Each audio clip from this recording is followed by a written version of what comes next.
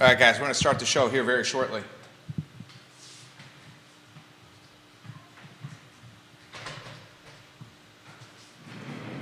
Take a look at the screen for the headlines. A lot I want to cover on the program. I like the first topic. I want that first topic to be an interactive one with you, the viewer and listener. Gen Z is now becoming the Gen Z and millennials, the two dominant generations when it comes to the workforce. Gen Z, very much prolific in its numbers, prolific in the workforce, now trying to penetrate housing. I want to talk this topic. What are some of the millennial behaviors that Gen Z will kill first? What are some of the millennial behaviors that Gen Z will kill first? We can talk wellness, technology, housing, food and beverage. I want to unpack that topic and ask you, the viewer and listener. I think, Judah, you have the generational chart we can put on screen. So you can identify for us what the Gen Z age range is for the viewers and listeners and the millennial age range for the viewers and listeners. What are some of the social behaviors, dynamics, trends that Gen Z will kill that were made in vogue or fashionable by millennials? I also want to talk about the article that was in the Daily Progress today about Airbnb. Airbnb is basically giving the middle finger to cities and jurisdictions around the Commonwealth. Yeah, well, not just the Commonwealth, around the U.S., but especially all of Virginia. I mean, Airbnb is giving the bird, the one-finger salute to Charlottesville and Albemarle County. Yeah. And Charlottesville and Albemarle County appears like they can do nothing about it. Unless they want to fight Goliath. Right. And they won't fight Goliath. So I want to talk about the story, and I want to unpack it even further on today's show. I want to talk about Tim Showalter, Dr. Tim Showalter, the 2023 UVA Innovator of the Year. Someone tag Tim Showalter. Someone get Tim Showalter in the mix here. Friend of the program, Tim Showalter. Huge fan of Tim Showalter. Timmy Showalter's a good man. The good doctor's the good man. We'll talk Tim Showalter on today's show. Someone tell Tim Showalter we're going to give him some props on the program. You got a photo of my friend Tim Showalter ready to rock and roll? Just about. I'm converting it to JPEG. Thank you, Judah. You're doing a fantastic job. The 2023 Innovator of the Year, Timmy Showalter. I want to talk best French fries. I love a good French fry. You a French fry fan, Judah? Good French fries, yeah. Definitely. Oh, are you a thin cut French fry, or are you a steak fry, thick cut kind of French fry? I usually prefer thin over thick. Yeah, me too. But it depends. I've had some good thick cut steak fries that really hit the spot. Albert Graves, thank you for the retweet. We appreciate you very much, Warrior AG. All right, we can rock and roll, Judah, when you're ready, my friend. Quiet on the set.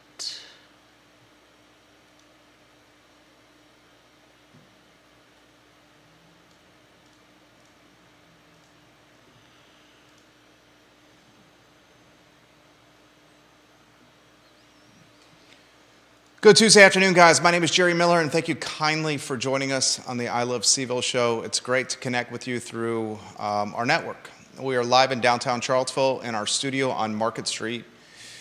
What are we, Judah? 100 yards from the police station, from the Charlottesville police station? Maybe 150 yards? Something like that. A block away from the Albemarle County Courthouse, the City of Charlottesville Courthouse. A block off the downtown mall. We're a mile from the John Paul Jones Arena, Scott Stadium, and Thomas Jefferson's University of Virginia. We're in the heartbeat of our community, and we love being here. What we try to do with the talk show is relay topics that are tied to Charlottesville, either from a macro or micro level, and just discuss a community, Charlottesville, Albemarle County, and Central Virginia, which we love dearly. One of our companies is called I Love Seville. And for those that watch the program, I Love Seville is very much not only a focus on Charlottesville City, but Albemarle and Central Virginia as well. I encourage you, Judah encourages you, the viewer and listener, to be a part of the discussion. We want you to be a part of the discussion. Leave comments in the comment section about the topics that we're discussing, and help us, challenge us, ask us questions, push us to be better broadcasters and hosts. Offer perspective that we're not considering, please. All Judah and I would like is to be the water cooler of content. Take a look at the screen for some of the topics we'll cover today. I found this topic, I saw it on one of the social sites, and I found it provocative and wanted to pick the brain of Judah and pick the brain of you, the viewer and listener. What millennial behaviors will Gen Zers kill first? Gen Zers and millennials clash on a number of things. They clash on in-person work, working in the office. They clash on craft beer. Gen Zers are drinking alcohol at a much lower clip than millennials. And the alcohol Gen Zers are drinking, data shows, is not craft beer. It's more seltzers. We'll talk about that on the program. Food and beverage, wellness and technology are topics I want to talk today. I want to talk about this article in the Daily Progress about Airbnb giving the one finger salute, the middle finger, to the city of Charlottesville and Albemarle County.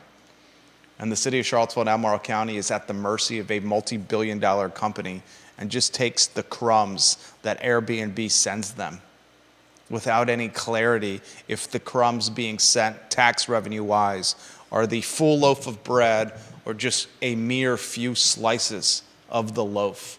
We'll talk about that today. We'll talk Timmy Showalter. Someone tell Tim Showalter we're going to give him some props today.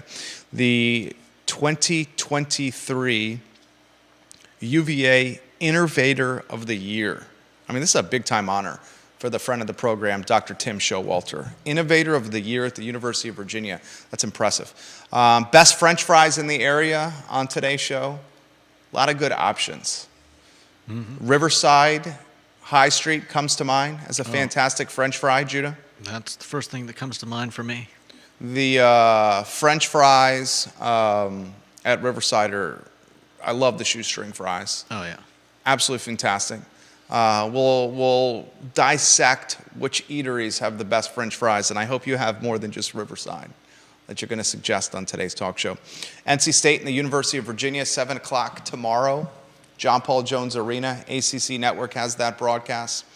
An important basketball game for Virginia, a home basketball game, a team that seems to have found a new dynamic with Dante Harris and Jordan Minor getting significant minutes. Dante Harris, a fantastic perimeter defender, and Jordan Minor giving the team some interior toughness and rebounding and scoring in the paint, something that was not really prevalent until a week and a half ago when Minor started getting minutes.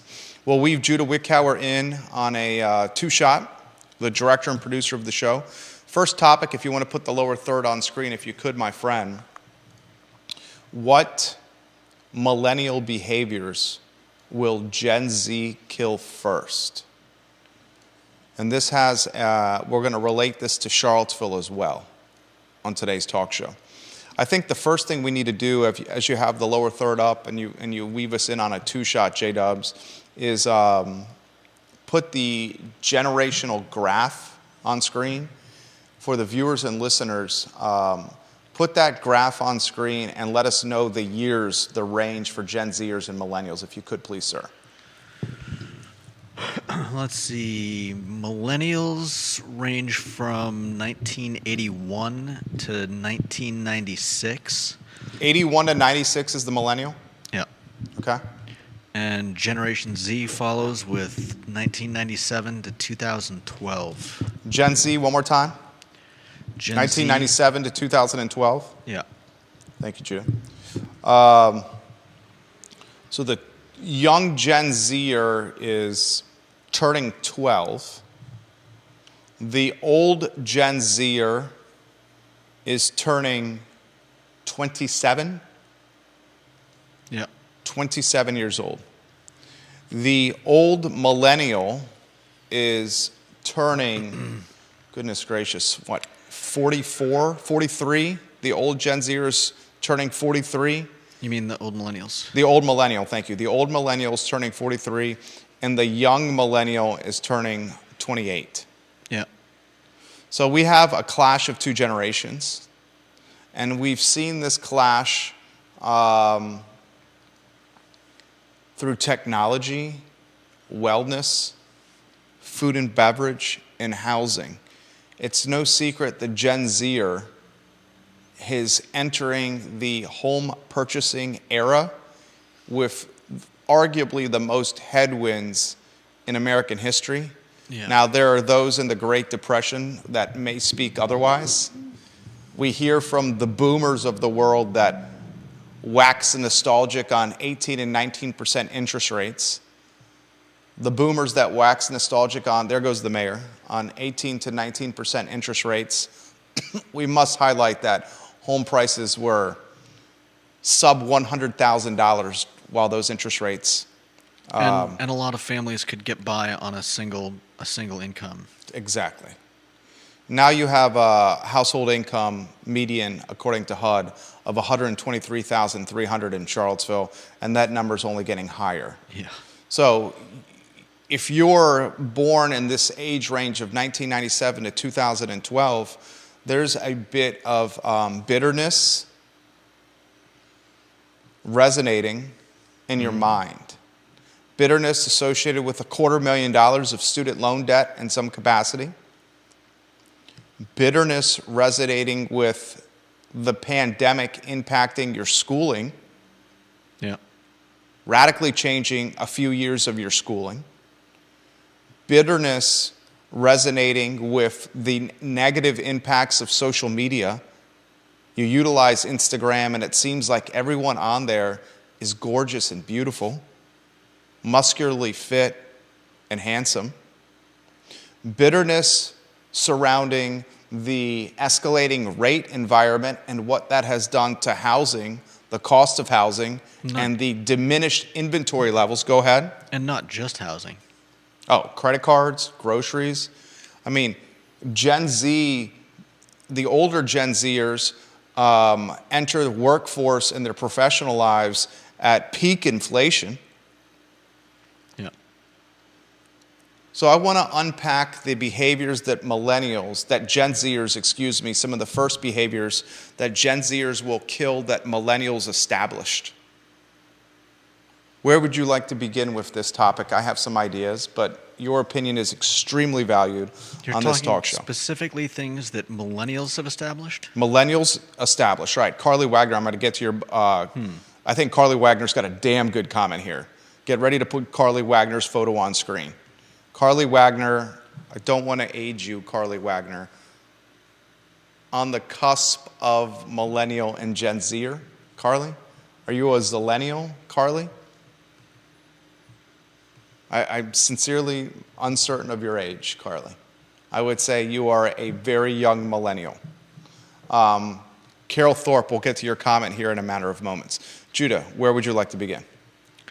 Well, I'm not sure how much I know in terms of what millennials have started. Oh, you already got Carly's photo on screen. I like that. Okay. Do you have anything for me to go on? Let's see.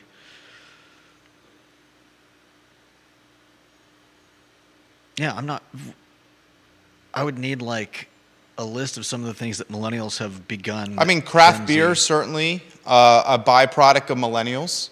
Okay, you go to that's fair. any brewery out there and you see nothing but, you go to any brewery out there and it seems to be like a playground for millennial parents with their children running wild and amok around the brewery. Gen Zers, look at the data and the statistics, are not drinking alcohol at the clip that millennials did or do. I wonder if some of that has to do with the visibility of everything we do in today's climate. Everybody's taking videos. Everybody is. I think there's a lot more transparency to what people are doing than there was back in the day. That makes it. I would think if I was coming up in this time, I would be a little more cautious, wary of you kind of have to look over your shoulder to make sure nobody's pointing their phone at you, taking a video of whatever you're doing. 100%. Carly Wagner watching the program. I want to get to her comments. If smartphones, iPhones were around when I was coming up in high school or college, disastrous for yours truly. The level of mischief and tomfoolery that I was involved in. 100%. Carly Wagner says, having babies. Birth rates are plummeting. Gen Z is also rejecting marriage and monogamy, apparently. A lot of truth to that. She says, millennials spent way too much on weddings, and now micro weddings are big things. I wonder if a lot of that, too, has to do with the cost of things. Gen Z is looking at housing, looking at something like a marriage planner, and going, how are we supposed to afford this? I'm honestly not surprised that they're rejecting a lot of the traditional things that cost money. I would guess that they're probably also not buying diamond rings for diamonds are being impacted. Yeah. Yep. I would imagine they're not getting, they're probably not buying the most expensive, gold wedding rings after they've decided not to go with the diamond engagement ring. Just another way to, like you said, they're rejecting children. It's probably because the acronym DINKS, dual income, no kids. Very prevalent with young millennials and old Gen Zers. Dual income, no kids. Almost need to be a dink and just to be able to make it in Charlottesville these days. Exactly. John Blair watching the program, he's got some ideas. Yeah, looking at all those costs, looking at housing, looking at the cost to get married. It's what are you going to do when you decide to start having kids and you're looking at your income and saying, how do we make this work? I mean, we saw it over the course of the pandemic, when a lot of people stopped doing daycare, and I think a lot of couples probably looked at their finances and said, look, you're going to work just to pay for someone to watch our kids. Why not just stay home and save that money? Kevin Yancey watching the program. Let's get Kevin's photo on screen. What is Kevin in the Power Rankings? We're updating the Power Rankings in real time. Kevin, you can find the Power Rankings at iloveseville.com/viewer rankings. We've heard already from Carly Wagner, number 3 in the poll. She says she's 38 years old. I would not have guessed a day over 30, Carly Wagner, and I sincerely mean that. Kevin Yancey watching the show, number 11 in the Power Rankings. Put Kevin's photo on screen if you could. Kevin says, how can Gen Zers see marriage stability with the majority of Gen Zers having parents that were divorced? Great comment right there. The divorce rate in America, right around 50%. Now, items impact the divorce rate, socioeconomic status being one of them. If you are a product of divorce, you're also more likely to get divorced, the data suggests. But Kevin makes a strong comment right there. John Blair, get his photo on screen, number 2 in the family poll, in the family rankings. John Blair says Gen Z is going to kill the television network. My son and his friends, and really almost anyone under 20 years old, has almost exclusively watched YouTube and streamers for their entertainment. Hard for me to believe that the traditional television network will survive. As to millennials, I think their love of soccer is not translating to any other age group. Football is now king in America. MLS, which millennials tried to make a major sport, just is not doing it in terms of TV ratings. John Blair, excellent comment from John Blair. I didn't mean to interrupt you. I don't know anything about soccer. I don't know that I would place the death of television directly on Gen Z's shoulders. I think it was on the way out with a lot of the. I mean, I cut the cord years ago. I'm sure you did as well. And Oh, yeah. At some point, you just have to say it's not worth it when the cable company is charging you $100 for, like, what, maybe a couple channels that you want to watch a few times a week. It just it doesn't make any sense. Olivia Branch highlights this. Let's get Olivia's photo on screen. Olivia is a very important member of this family. Olivia Branch, I'm looking at the power rankings right now. Olivia, you need to climb the rankings. In fact, Olivia is climbing the rankings today. She's 23 in the power poll, and 23 is not an indication of her performance of late with offering commentary and ideas. Olivia Branch needs to slide into, she's going to make a significant leap. Are you ready for this, Judah? Do you need a pen? I have a pen if you need one. I think I do. You need a pen? Yeah. There you go. There you go. Good catch, Judah.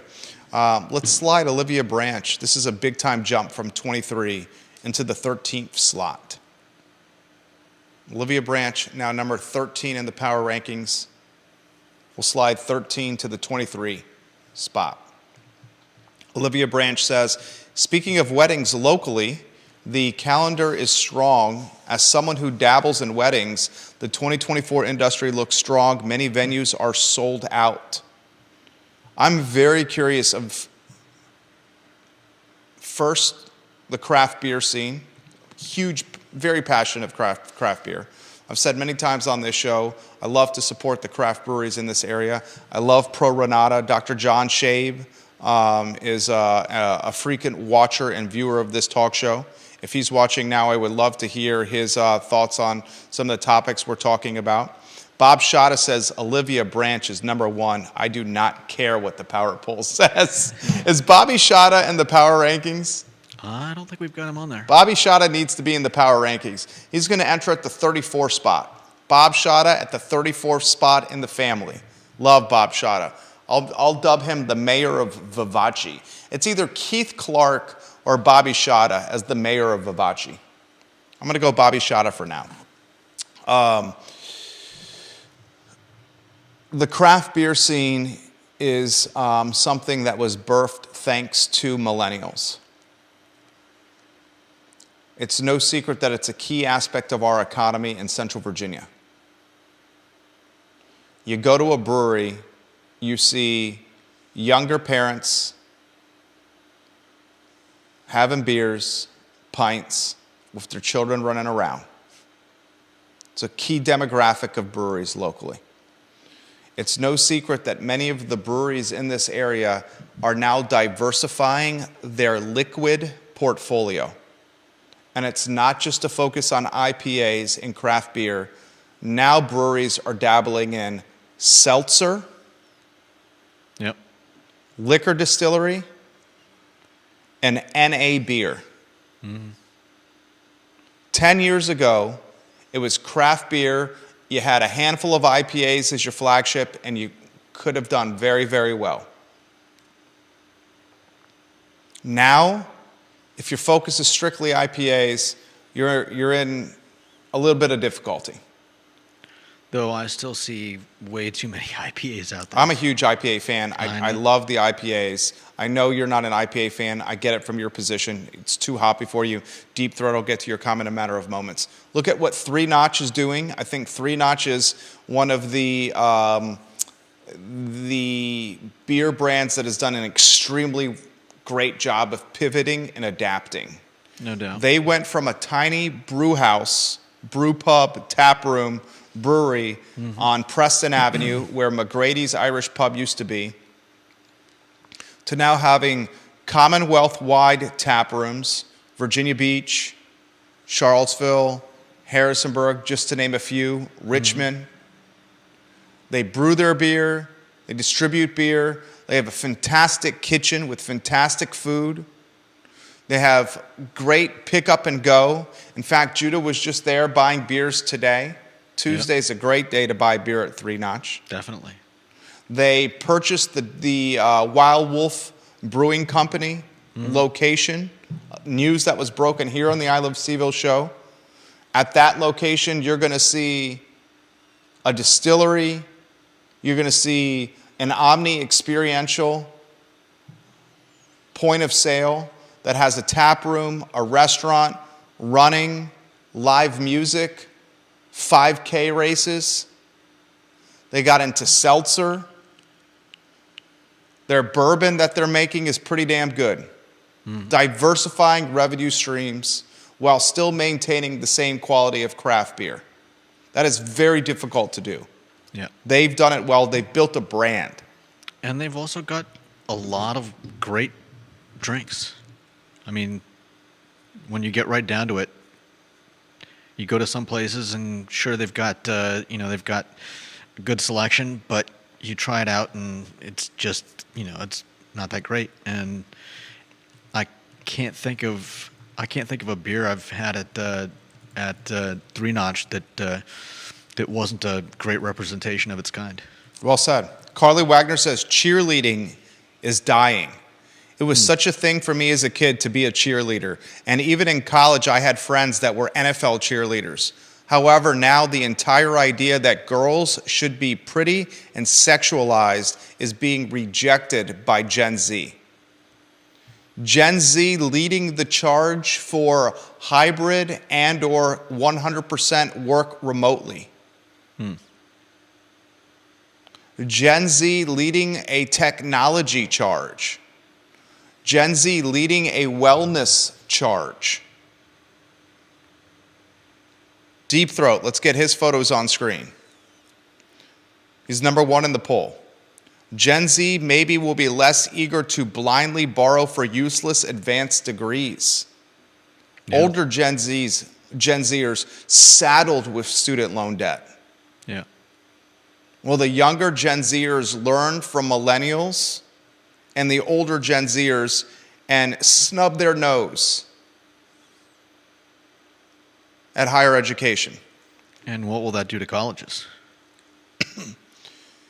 New York Deep Throat says, and what will that do to colleges? 100%. New York Fed study of household balance sheets. This is from Deep Throat.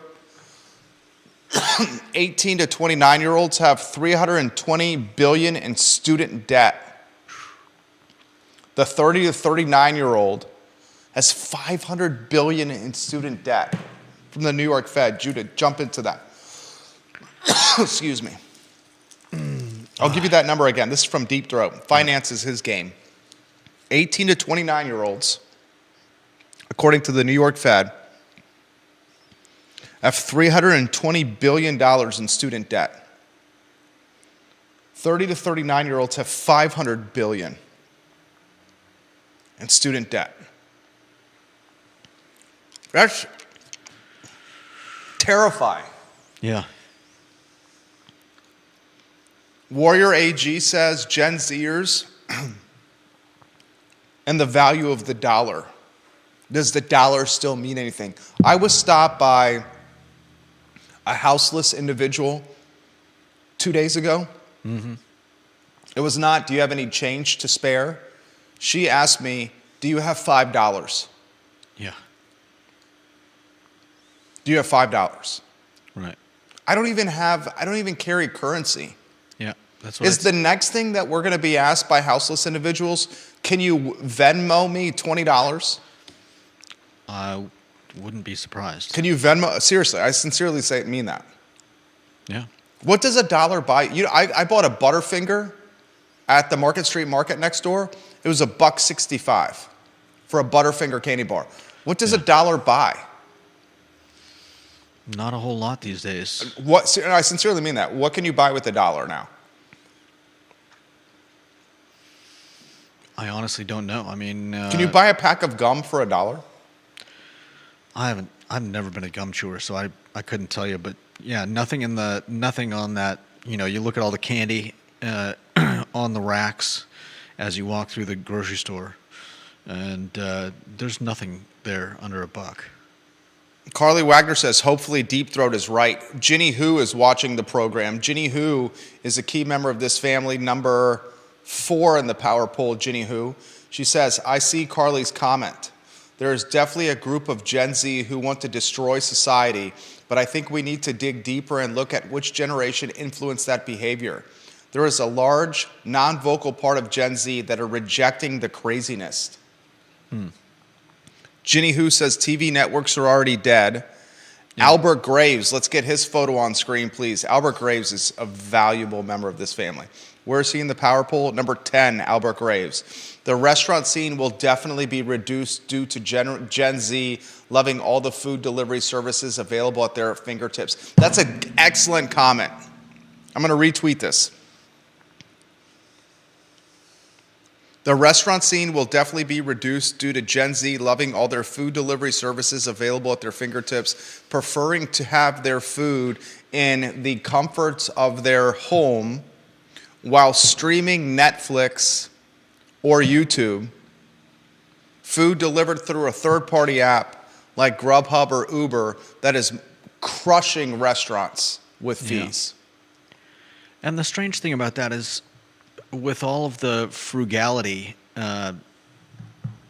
coming from Gen Z, in terms of rejecting school, rejecting home ownership, or at least not being able to get into home ownership, rejecting expensive marriages. It's strange that they're very free at times with their money. I never get food delivered. I don't usually eat out a whole lot, but when I do, I don't normally get the food delivered because that's you're adding an extra, probably $5 to $10 to significant amount to the price of your meal, plus tip of the driver. Yeah, exactly. Bob Shada says, "Don't put that on me, Ricky Bobby. I'm not the mayor of Vivace. Keith Clark is the mayor of Vivace." Bob Shada, you're in the power poll rankings. I'll give Keith Clark the moniker of mayor of Vivace. Bob Shada is vice mayor of Vivace restaurant. I love when you watch the show, Bobby Shada. Probably wearing a rowback right now, a quarter zip rowback or a rowback golf shirt as we speak, Bobby Shada. James Watson is watching the program. Olivia is very happy to be number 13, Judah. Make sure we update the power ranking. Olivia Branch, her star is rising fast in all aspects of her life. James Watson is watching the program. James Watson is number 5 in the power rankings. We've had 1, 2, 3, 4, 5, 9. Carol Thorpe, I'll get to your comments. Albert Graves and then Kevin Yang. We have almost 75% of the top 11 commenting so far. You guys are the best. James Watson says, one could say that we might be oversaturated with breweries, even though they're all cool and they've always been great places to let your kids run around while you have a drink. 100%, James. 100% agree with that. 1,000% agree with you. 99.9% of the time, I agree with James Watson 1,000% of the time. James Watson is a smart man. I agree with that comment. I mentioned this live on air. How will it pertain to Charlottesville? I think it'll pertain to Charlottesville, Gen Z impacting restaurants and staffing associated with restaurants. The tenure and longevity of restaurants, I think Gen Z will impact by liking or enjoying food delivered to their house. I think the media landscape is going to change, has already drastically changed. You see on Reddit the $30 ask for a monthly subscription to the Daily Progress. I would bet you paying, and this information is readily available. In fact, Deep Throat has shared this with me in the past. Deep Throat, if you have that data, I would love to know the amount of actual paying subscribers of the Daily Progress. I would bet you the amount of paying subscribers of the Daily Progress is under 6,000 or 7,000 people in this market. That's Gen Z impacting, millennials certainly impacting as well. Mm-hmm. I'm curious to see what happens with craft beer. I'm curious to see if weddings will be impacted. The micro wedding certainly a thing. The wedding supply chain is massive. Yeah. I'm curious to see what happens with the commercial real estate. If the Gen Z insistence of hybrid and remote work further diminishes the demand on commercial real estate, what's that going to do to areas like downtown that rely on the towers being filled with people to keep lunch spots open? It's no secret that Blue Ridge Country Store is in some financial difficulty. Deep Throat says total circulation is 11,000. But a lot of that is newsstand, which is mostly fish wrap, he says. The actual subscription is more like 6,500 people. 6,500 people subscribing to the local newspaper. Yeah. And how many of those are passing away each day? Right. Not to be morbid, just realistic. Yeah. I mean, newspapers used to be pretty much ubiquitous in most households. I mean, I remember delivering I love newspapers. I love delivering newspapers as a kid. Loving the Sunday Funnies. The Sunday Funnies. What was your favorite comic? Probably Calvin and Hobbes. Mine was Dennis the Menace. You're not surprised by that, are you? Not really. I was never really a big fan. You didn't like Dennis? He's kind of a little. Nah, I didn't mind it. What? He was mischievous. He was a menace. Yeah. Always drove Mr. Wilson crazy. He was always up to no good. Slingshot in his back pocket, dirty overalls, shoes untied, hair frazzled, always looking to drive Mr. Wilson crazy. Love Dennis the Menace. Carol Thorpe, let's get her photo on screen. Carol Thorpe is number 9 in the power poll. She said, Jerry, did you see, speaking of media, did you see yesterday in the city council meeting that city council unanimously approved the spending of $4 million of expiring federal funding earmarked for COVID relief on a piece of property for undesignated purposes and for salivating how to spend a local $20 million budget surplus? In other words, what they overtax citizens rather than return it to taxpayers? 5-0 vote for both. New year, new council, same old nonsense. That's the homeless shelter on Avon. You still got that photo you can put on screen? The Google map or the photo from Google Street View? Let me check. We mentioned this last week on the I Love Seville show, if you remember. I do. You do? Yeah. Here's the photo. So what are we looking at right now? This is the building, the old bike, what was it called? Oh, Community Bikes. Yeah, Community Bikes on the corner of, is that 9th or Avon or whatever, and Garrett. 405 Avon Street. Yeah. Belmont, going to have a homeless shelter Here's- thanks to COVID relief funds. Here's the map. I got no problem with creating homeless shelters. No one create a meme out of me or throw shade on me about that. I got no problem about it. Mm-hmm. You're going to have a homeless shelter operated and funded by the city adjacent to Tony and prestigious $600,000, $700,000, $800,000 Belmontonian houses.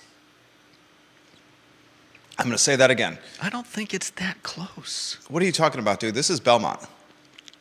I still, it's across Avon. I just don't see the... Well, we'll agree to disagree on that one. Yeah. Agree to disagree for the sake of a talk show. $4 million in COVID relief money. Spend it before it gets taken back. I mean, you might as well. I get that. I get you might as well. But this was COVID relief money. Could the $4 million of COVID relief money been used better during COVID when the world was falling apart and businesses were failing and dying and small business owners were taking mortgages against their homes to keep their businesses afloat and their employees paid? Perhaps the city council could have used this COVID relief money to drive a much more strategic approach to helping the downtown or locally owned businesses survive a once-in-a-lifetime pandemic. Hey, what they did instead was bank the money in an account and utilize it to buy buildings from the Redevelopment and Housing Authority, and now they're going to have a homeless shelter in a neighborhood of $600,000, $700,000, $800,000 houses. There you go. That's literally happening. Thank you, Carol Thorpe, for that. Ginny Who says, Bob Shada, Keith Clark just celebrated his birthday as well. Ginny Who says, my kids cover a wide span of the Gen Z years. Judah is right. My eldest is very frugal, shops thrift stores, etc., yet she'll drop money on food delivery. The younger two won't even spend money on that. Warrior AG said the top 97 of 100 most viewed TV programs last year were dominated, according to the Nielsen ratings, by the NFL and their teams. We learned that from Jerry Ratcliffe on the Jerry and Jerry Show. 97 of the top 100 most viewed TV programs in 2023 were NFL contests. Warrior AG, I'm retweeting that. Happy birthday, Keith Clark. Bill McChesney says it's the corner of Avon and Garrett Streets. Yeah.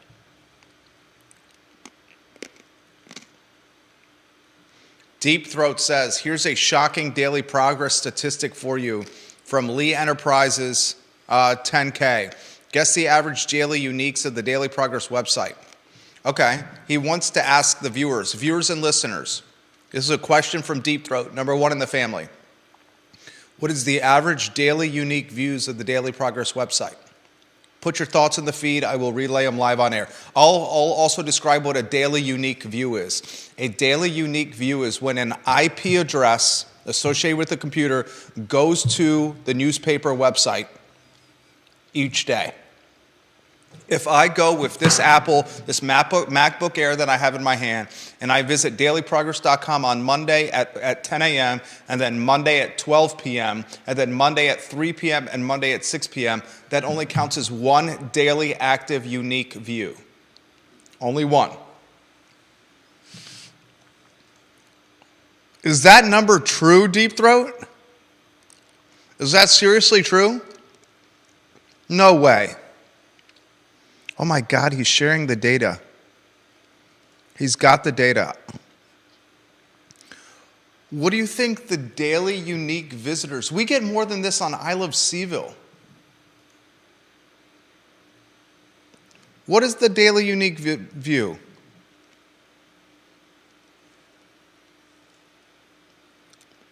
Per day, though, per day. It's 330 per day?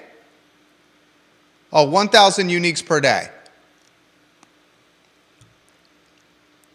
1,000 unique visitors per day on the Daily Progress website. And he's got a graph that Lee Enterprises has to legally share. 1,000 uniques per day. Think about that. It's not a lot. That's not a lot. No. 1,000 unique visitors per day on the newspaper website. Dylan's Rule, welcome to the broadcast.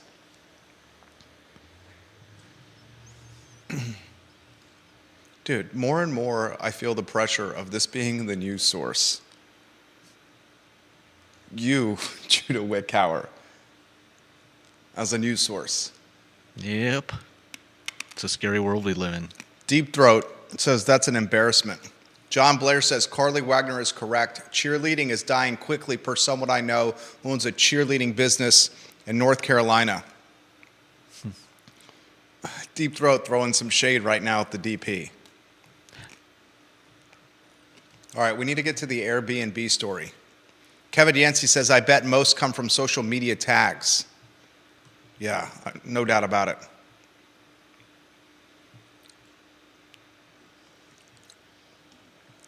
The social media story, ironically, is from the Daily Progress. Do you want to put it in perspective, Judah? What you read today? Travis Hackworth in Danville says newspapers are now basically something people use to clean their windows or use as piss pads for animals. Oh, it's heartbreaking for me. I love newspapers dearly. It's how I got my start professionally. All right. I get them for the crosswords. We got a 1:30 meeting with the star of the Juicy Details, Hillary Lewis Murray. So we have 13 minutes left, and I want to get to a number of topics, including Dr. Tim Showalter, named the 2023 Innovator of the Year. First thing you got to do, my friend, is change the lower third. Airbnb is flouting the law in Seville and Albemarle County, and then rotate the second one in on Airbnb. You set the stage of what you read. I will respond and react to you. So essentially, the Airbnb, unlike VRBO, they are paying taxes, surprisingly, but they're not giving any. They're not providing any documentation for any of the houses that are getting Airbnb'd out. So the problem being, they may or may not be providing the right amount of taxes that they owe. And I think an even bigger problem is that there's no way of knowing, say they send taxes to Charlottesville and taxes to Albemarle County. There's no way to know whether or not they're even paying the right taxes. Do they know the difference between Charlottesville and Albemarle County? Is Charlottesville getting shafted by not getting enough of the money, and Albemarle County is getting some of that tax money? Is it the other way around? We have no way of knowing, and as we mentioned earlier in the show, they are a monumental Goliath of a company, and so who in Virginia even is going to go toe-to-toe with Airbnb. Try to take them on. You have a number of storylines here. Airbnb is not potentially is a key word here, allocating the right portion of tax revenue of lodging taxes to jurisdictions everywhere. They're ambiguously just cutting checks to jurisdictions like Charlottesville and Albemarle County without clear itemization. Right. Here's what we owe you. They're just giving lump sums. Yeah. Very clandestine payment methods. And commissioners of revenue in these jurisdictions are saying, we think they're breaking the law. And the same commissioners of revenue are saying, and there's nothing we can do about it. Yeah. A second aspect of this is the local jurisdictions seem to struggle to police the Airbnbs. Legally, you have to live in Charlottesville and Albemarle, you have to live in the unit half the year, 180 days, to be able to Airbnb it. Some folks, however, have multiple units and are doing Airbnb arbitrage, where they're basically taking housing stock out of the for rent or for sale ecosystems and using it to maximize margin through short-term rentals. That's against the law. Yeah. You have potentially the law being broken at the top of the pyramid, at the top of the totem pole, by Airbnb corporate, by potentially not funneling the true tax revenue to the various localities. Mm-hmm. And then you have the law being broken at the bottom of the totem pole or the bottom of the pyramid with Airbnb arbitrage, where folks utilizing or taking more than one unit out of the housing ecosystem to rent and not living according to the law in the unit 180 days a year. If you lived according to the law, Judah, and you had to live in a unit 180 days to be able to rent, legally, how many units could somebody own for Airbnb? 2. Exactly. So anyone that is owning more than 2 and Airbnb-ing it cannot legally do that. Yeah. I ask this question, and if you want to change the lower third, what impact this is having on housing and the cost of housing. And I would venture to say that it has an impact for sure. The level, we don't know. Mm-hmm. I don't even think the city realizes or county realizes the impact that Airbnbs are having on driving cost upward. I truly mean that. Deep Throat says this. Oh, he's done an Airbnb analysis. Nice. It's amazing. It's amazing. He says, why wouldn't Charlottesville go toe-to-toe with Airbnb? We have a city attorney. If Charlottesville's not getting the info they are supposed to, then sue. He said, as I've said many times before, there are plenty of companies that do Airbnb compliance for cities. I've emailed contacts to the city, but apparently sending an email is beyond Dunlora Jim. That's the head of the neighborhood development services. Deep throat. He's making Judah laugh over it. They should enforce it. Yeah. They should get the data. They should police it. How much do they go after you and me when they think our taxes are, wrong? Significantly. On the regular. Bob Shada says, if you stop the Airbnb train, the wedding industry collapses around here. Not saying taxes should not be paid, but having to live in the unit is silly. Am I right about that or no? Doesn't forcing people to live in the unit cut down on Airbnb arbitrage? On investors? It Just does. Buying up. What if somebody with billions of dollars came in and bought every available house on the market in Charlottesville? And what is that going to do to affordability? It would crush it. If there wasn't this law, Bob, of you have to live 180 days in the unit to legally run an Airbnb, you also have to get a business license, you have to have insurance. It's a lot of red tape. If you didn't have that, you'd have people literally scooping up for sale inventory to turn into short-term rentals in hotels, and that would further escalate the cost of housing because we already have an inventory shortage. Imagine if you had 150 Airbnb investors or more scooping up 3, 4, 5 units every time they came on the market. Because Charlottesville's hot, and it is a wedding industry mecca, and it's a ACC sports town, and it's an outdoor town. Owen Brenner watching the program. I'm surprised nobody's come up with a way to get around that by, say, like, find someone that needs a place and say, look, you can stay here 100 you can stay here half the year. Owen Brenner watching the program, he says this, on the other side, boys and gentlemen, Airbnb does allow folks to be able to afford their houses. Airbnb income also allows families to afford the crazy home prices in Seaville. That's certainly one side. But what are those families doing? If you can't afford a house, are they really? No, he's basically saying if you own a house and you can Airbnb your room, a room in your house, you're able to subsidize your mortgage and the overhead associated with the house by renting out a room. Or if you go away for a weekend and you rent out your house for graduation weekend and you get top dollar, that graduation weekend might be a mortgage payment that you get. Or it could be paying for the vacation that you go on while it's being used. So he's saying you have to consider it from this way. I have no problem with people doing it the right way, where they're renting out a room or a house on a weekend just to offset the cost of housing. My problem is when folks are breaking the law and doing Airbnb arbitrage. Scott Harris watching the program, are Airbnbs regulated by the county, city, where they have a database of Airbnbs in our area? I'm curious. They're supposed to be, Scott. That's a great question. They are supposed to be regulated by Albemarle County and the city of Charlottesville and other jurisdictions, but they are not. They don't have the staff to enforce the Airbnbs. In fact, there's one business locally that is building a model around servicing Airbnbs, from helping people buy them to helping clean them to helping market and promote them. In fact, there are 2 companies that do that locally, and I'm not going to out anybody or out any brands or businesses that are doing that. We got a 1:30. We got to pick up the pace and tempo. They do that, Judah. They hire designated agents. That's from Carly. All right.